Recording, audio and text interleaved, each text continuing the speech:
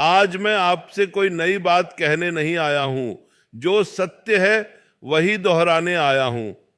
क्योंकि मनुष्य की सबसे बड़ी समस्या अज्ञान नहीं है, भूल जाना है। हम जानते सब कुछ है पर जीते कुछ भी नहीं। मनुष्य बाहर की दुनिया को जीतने में लगा है, लेकिन अपने मन को जीतने का प्रयत्न नहीं करता। जिसने मन को जीत लिया उसने सब कुछ जीत लिया। यह संसार आपको बहुत कुछ देगा पर शांति नहीं देगा। यह संसार आपको सुख का वादा करेगा पर अंत में पीड़ा ही देगा।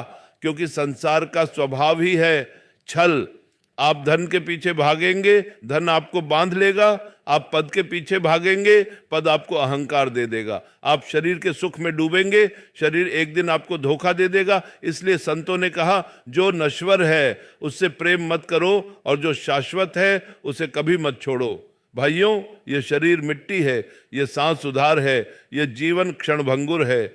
फिर भी हम ऐसे जीते हैं जैसे यहीं रहना हो। जब बच्चा पैदा होता है तो रोता है, जब बूढ़ा मरता है तो सब रोते हैं। बीच का जीवन बस रोने का कारण बदल जाता है। कभी धन के लिए रोते हैं, कभी अपमान के लिए, कभी रिश्तों के लिए, कभी अपनों के धोखे के लिए।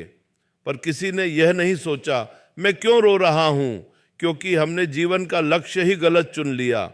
भाइयों, जीवन का लक्ष्य सुख नहीं, जीवन का लक्ष्य शांति है। और शांति बाहर नहीं, अंदर है। जिस दिन मन भगवान के चरणों में टिक गया, उस दिन संसार का कोई तूफान आपको हिला नहीं सकता। आप कहते हैं महाराज मन नहीं लगता। मैं कहता हूं मन लगता नहीं, लगाया जाता है।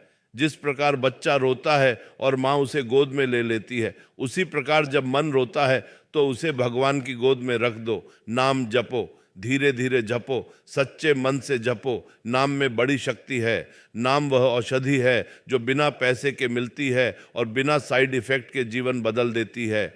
आप मंदिर जाए या न जाए, पर मन मंदिर बन जाना चाहिए। आप माला पकड़ें या न पकड़ें, पर सांस सांस में नाम चलना चाहिए। भाइयों, ध्यान रखना, भगवान को पाने के लिए त्याग करना पड़ता है, पर जो त्याग करता है वह कभी हारा नहीं। संसार आपको कहेगा सब छोड़ दोगे तो क्या बचेगा। संत कहता है जब सब छोड़ोगे तभी सब मिलेगा। अहंकार छोड़ो, ईर्ष्या छोड़ो, क्रोध छोड़ो और सबसे पहले शिकायत छोड़ो। जिस दिन आपने शिकायत छोड़ दी, उसी दिन से कृपा शुरू हो जाती है। भगवान देर करते हैं पर अंधेर नहीं।